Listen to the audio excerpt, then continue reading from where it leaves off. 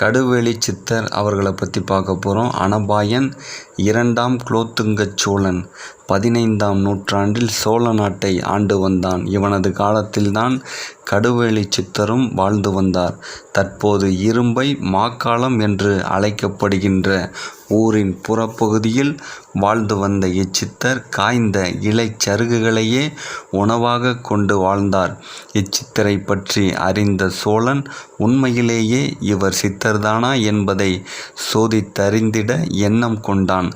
அவனது எண்ணப்படியே கடுவெளி சித்தரை சோதிப்பதற்கு ஒரு சந்தர்ப்பம் அவனுக்கு கிட்டியது. அருள்மிகு குயில்மொழி அம்மை உடனுறை மாக்காளேஸ்வரர் திருக்கோவில் இரும்பையில் உள்ளது. இத்திருக்கோவிலில் நடைபெறுகின்ற விழாக்களில் வள்ளி என்ற தாசிப்பெண் ஒருத்தி நடனமாடி வந்தாள். அது மட்டுமல்லாது கடுவெளி சித்தரை அவள்